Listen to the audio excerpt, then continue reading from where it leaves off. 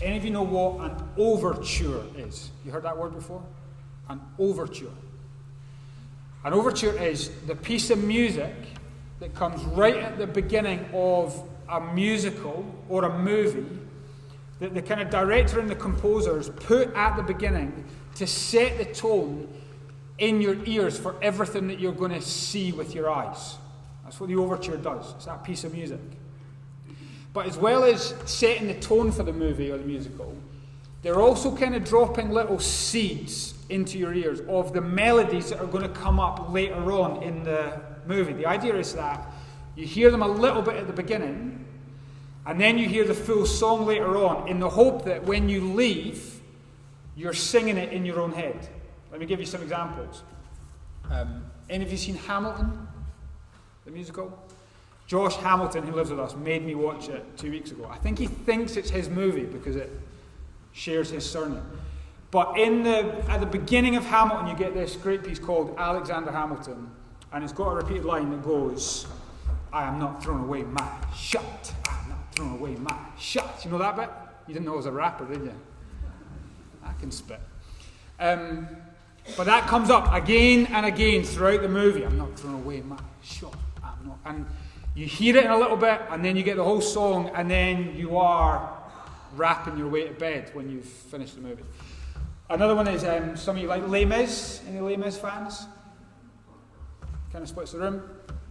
All right, Irene. Do you know what the opening kind of notes are in the Les Mis when it starts? You remember how it goes? You get this big noise that just goes bum, bum, bum, ba bum, bum, bum, bum, bum, bum, bum. Does that sound about right? And then you get these guys grunting and going,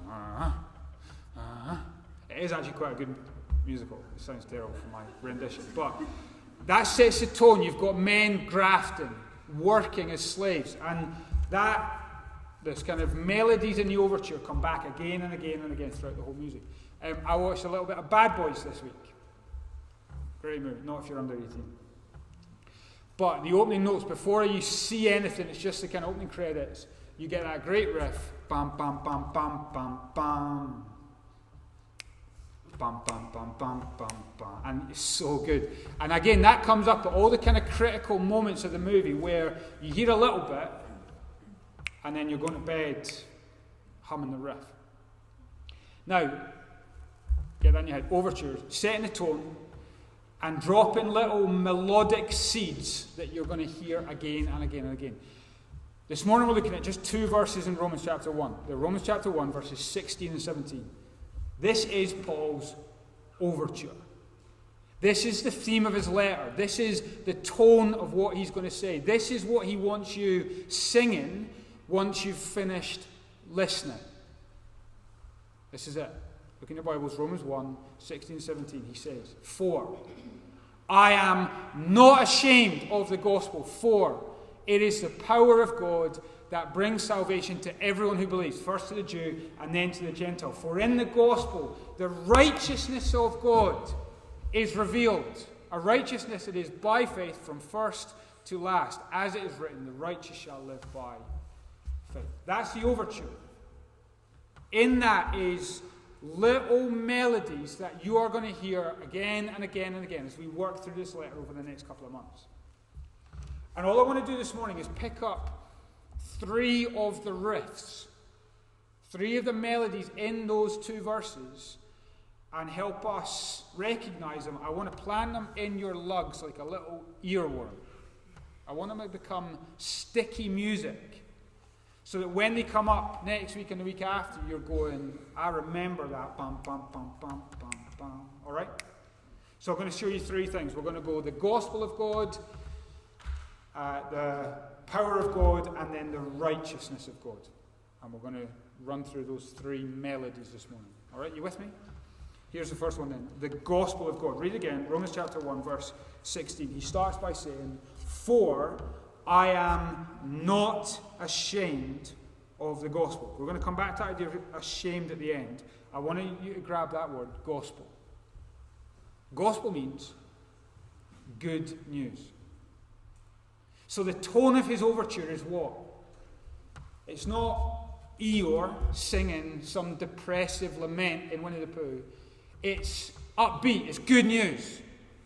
If you look back right at the start of the letter, verse 1, he tells you whose good news this is. He says, the gospel of God. This letter is all about God's good news. You could actually say, God is good news. Now, this is going to be for your good. If you come for the next couple of months, Paul's expectation is that in hearing good news, it will be good for you. It will strengthen you. It will help you. It will encourage you. It will lift you. It will make your soul sing. That's his point. It is good. The tone is up. It's major key. It is good news.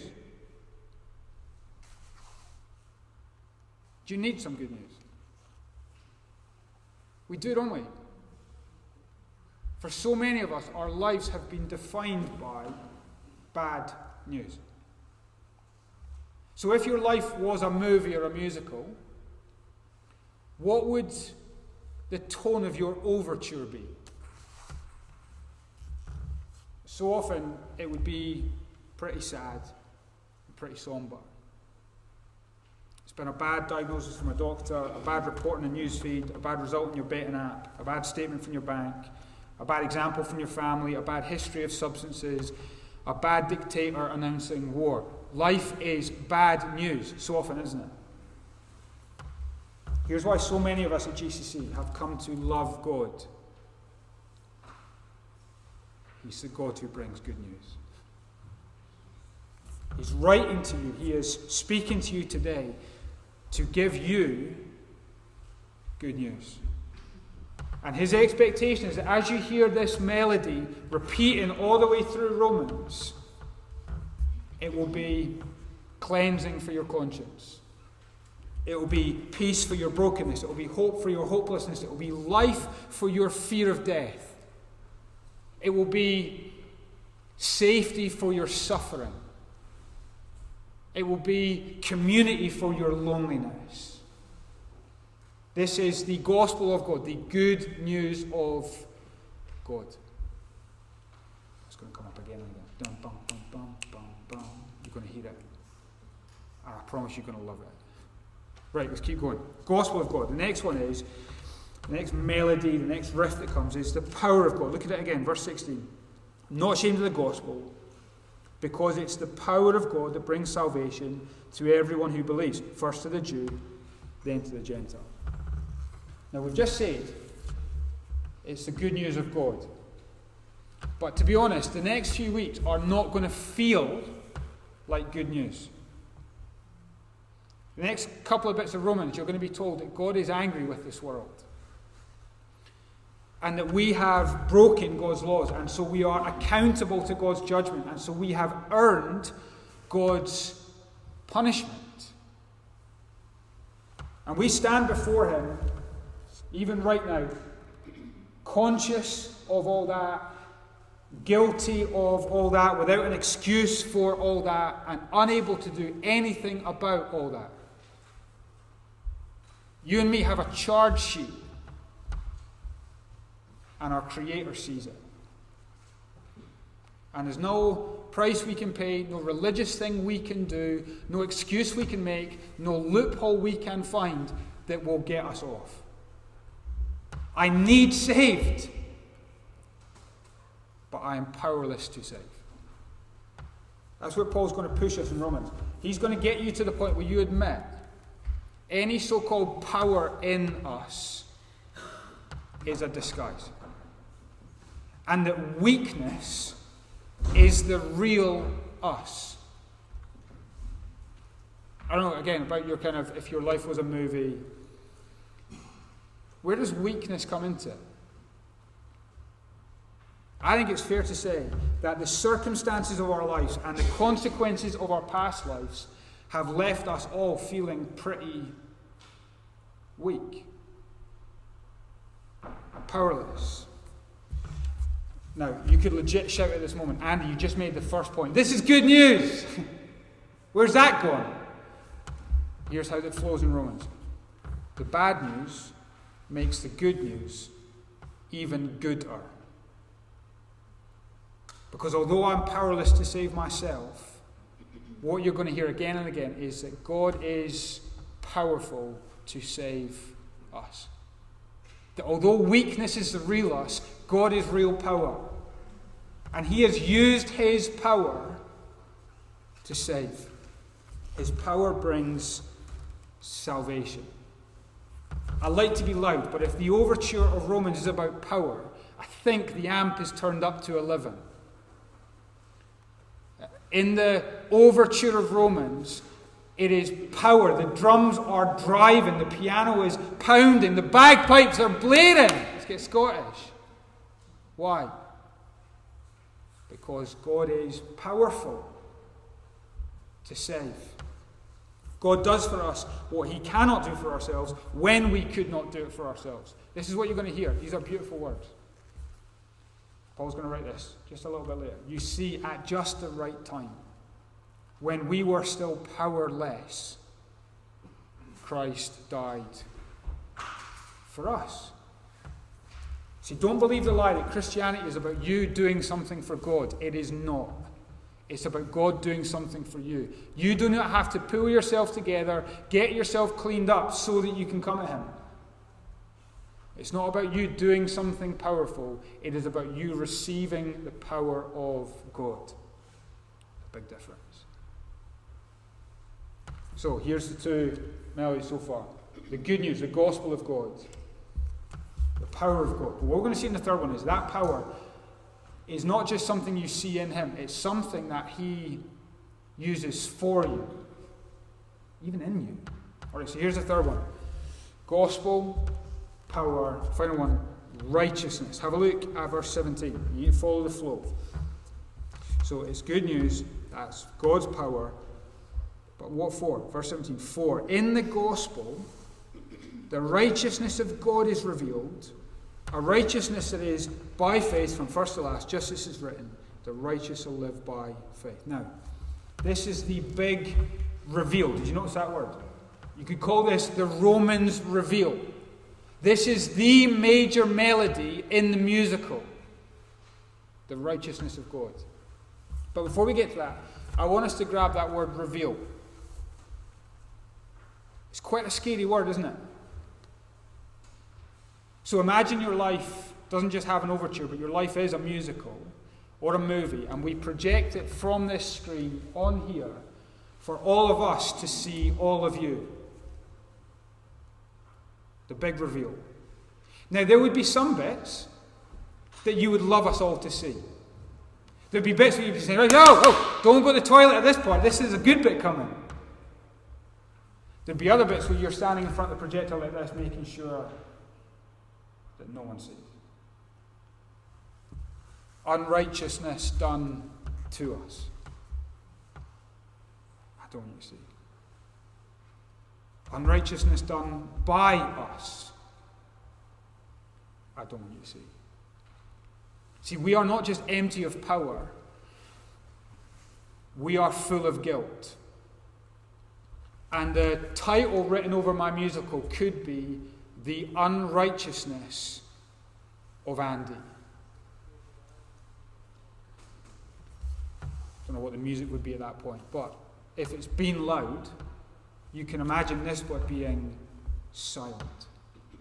That horrible, suspenseful silence where I am going to get my just sentence from God. The unrighteousness of Andy meets the justice of God, and what is the result?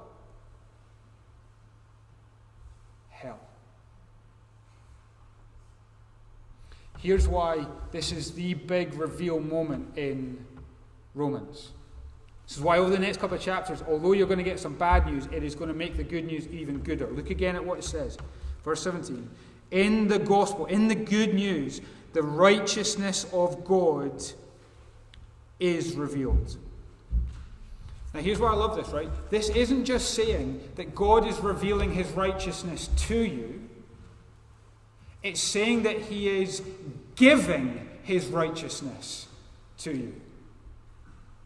So it's not just that God is saying, I am righteous. That doesn't help, does it? When you stand next to someone who is beautiful, you instantly feel ugly. When you stand next to someone who's perfect righteousness, you instantly feel unrighteousness. Is that what God's revealing? It's not actually what he's talking about here. It is not that God is displaying his righteousness to you. It is that he is declaring his righteousness over you. Later on in chapter 5, Paul will call this the gift of righteousness. He's giving it to you. It's a gift. That means for you it is free. But you need to know that to him it was costly. See, if you're new to church, right, new to all this Jesus stuff, this is why as followers of Jesus we obsess over the cross. Because the cross is the cost of the gift. At the cross, it is how God can gift you his righteousness and remain righteous himself. And let me show you how the cross works. And this is where you're going to see that although the cross looks like bad news, and it does, doesn't it? The cross looks like murder. But although it looks like bad news, it is actually good news. This is where, although the cross looks like weakness, and it does look weak, doesn't it? It's death. You don't get weaker than that. It is power that saves. Here's what happens at the cross. Jesus on the cross is paying the debt that your unrighteousness deserves. Death. So that through the cross, God can gift to you his righteousness. See what's going on? Let me say that again. At the cross, Jesus is paying the debt of your unrighteousness, death, so that through the cross, God can gift you his righteousness. So that even though what my life was defined by before was the unrighteousness of Andy, through this gift, I can be called the righteousness of God. There's people in Graceman, isn't there, who are known for stuff. Pauline's known for stuff. What's Pauline known for? She's always walking about, and she knows everyone, and she knows everything. That's Pauline. Lollipop Liz. What's Lollipop Liz known for? Being Lollipop Liz. What am I known for?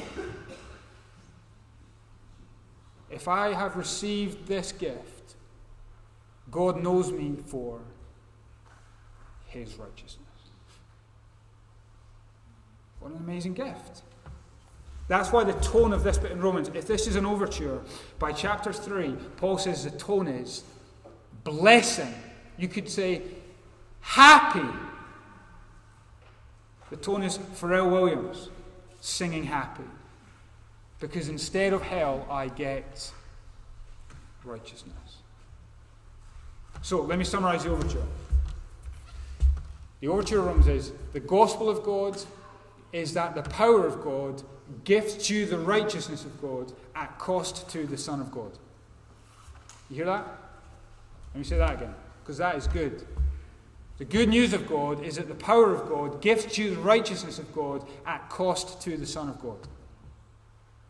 That's good news. But Paul wants to say very quickly at the end that there are two very different ways of responding to that. He says they're actually opposites. One he kind of drops subtle, the other one he shouts about. We're going to do the shouty one first. Notice all the noise on this stuff. Verse 16. Who's this to? To everyone who believes. Look at verse 17. This is a righteousness that is by faith. By faith from first to last. Look at verse 17. Right at the end it says, the righteous shall live by faith. So the way that the gospel of God becomes your gospel is by faith. The way that the power of God becomes active in your life is by faith. The way that the righteousness of God is gifted to you and received by you is by faith.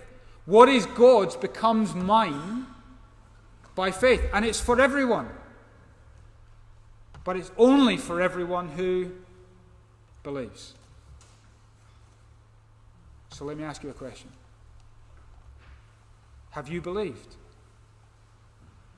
Have you received this stuff by faith? That's what faith means. Here's what faith is. Faith is that I take this gift with nothing in my hands. I have nothing to offer God in return. Faith takes the gift with empty hands. Faith then trusts that gift with a dependent head. I am trusting in nothing else apart from what you've given me. And then faith is thankful with a joyful heart, saying, without this gift, I would have nothing. Have you believed? Have you taken? Have you trusted? Are you thankful? Because you must, or you will not be saved. We need to get this. This is vital that you are saved. The hole that you are in, the corner you're backed into, is not trivial. It's terrifying. Because the person you have crossed isn't just a mate, it's your maker. And the consequences you'll face is not just community service hours, it is eternity in hell. It is vital you are saved. There's no good news apart from God, no power apart from God, no righteousness apart from God. Your faith must be in God. Today could be the day that you receive the gift, trust in it, and are thankful for it the first time, and you go through that wonderful transformation of the good news of God becoming your good news. Paul calls it that. The next chapter, it goes from being God's good news, he calls it my gospel. Can you say that? But he does say there's another way of responding. When he says in verse 16, I am not ashamed of the gospel, what's he implying? There's some people who are. And he is pitting those two things as opposites. You cannot at the same time have faith in Christ and then be ashamed of Christ. Imagine it this way. You can't wear God's righteousness like a coat and then try and throw the coat off when you're around certain people. I was thinking about this week. As Christians, we have a kind of story of shame. I want to finish with this. In Philippians chapter 3, Paul says that all of us used to live in a place where we gloried in our shame. So, if we went down that road there and we ended up at the Waverley on a Saturday night, who is the guy who gets all the praise at the end of the evening? Probably the guy who's necked the most drinks, swallowed the most drugs, kissed the most women, caused the most havoc. We glory in shameful things. All of us do. But it's amazing. In Romans chapter 6, Paul says a change happened, and he asks them the question, what did you reap? What benefit did you reap from the things that you are now ashamed of? Isn't that the change that happened? I used to glory in my shame, but now I've put my faith in Jesus. I'm ashamed of my shame. And then the final chapter of the story is, I am unashamed of the one who took my shame and robed me in his righteousness. That's the story, isn't it? I gloried in shame, I'm now ashamed of my shame, and I am unashamed of the one who removed my shame.